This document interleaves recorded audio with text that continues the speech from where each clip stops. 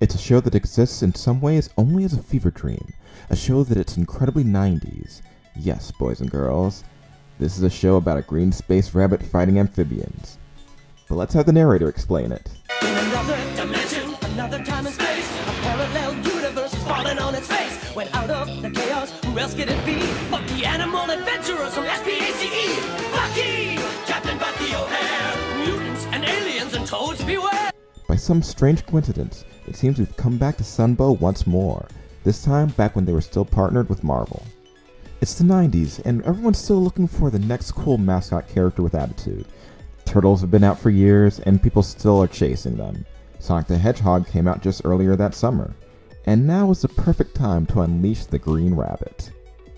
From Larry Hama, the mind behind G.I. Joe, the Real American Hero, comes a Star Wars-inspired adventure series about a group of rebels fighting against the Toad Empire, featuring Buckey O'Hare, captain of the Righteous Indignation, Jenny, the psychic catgirl pilot, Bruce, a Beetlejuicy and Berserker baboon, and the ship's engineer.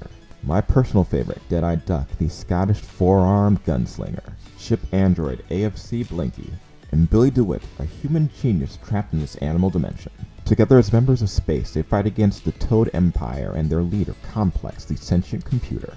This was one of those shows that seemed longer than it was. I mean, it was only really 13 episodes, but I remember rushing up every morning to watch it. I remember seeing commercials for this. I remember buying toys for this.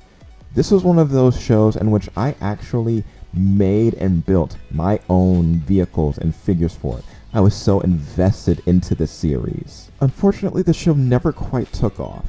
It was a short-lived series based off of a short-lived comic, but it's still remembered by a lot of people. Every so often I hear rumblings about a revival, and you bet I'd be down for it. The good thing, though, is that the 13 episodes that we do get do tell a complete story. We get a plot set up, and we get resolution for most of the characters involved. Along with the show, toys, and comic, there was an NES action game that was pretty fun.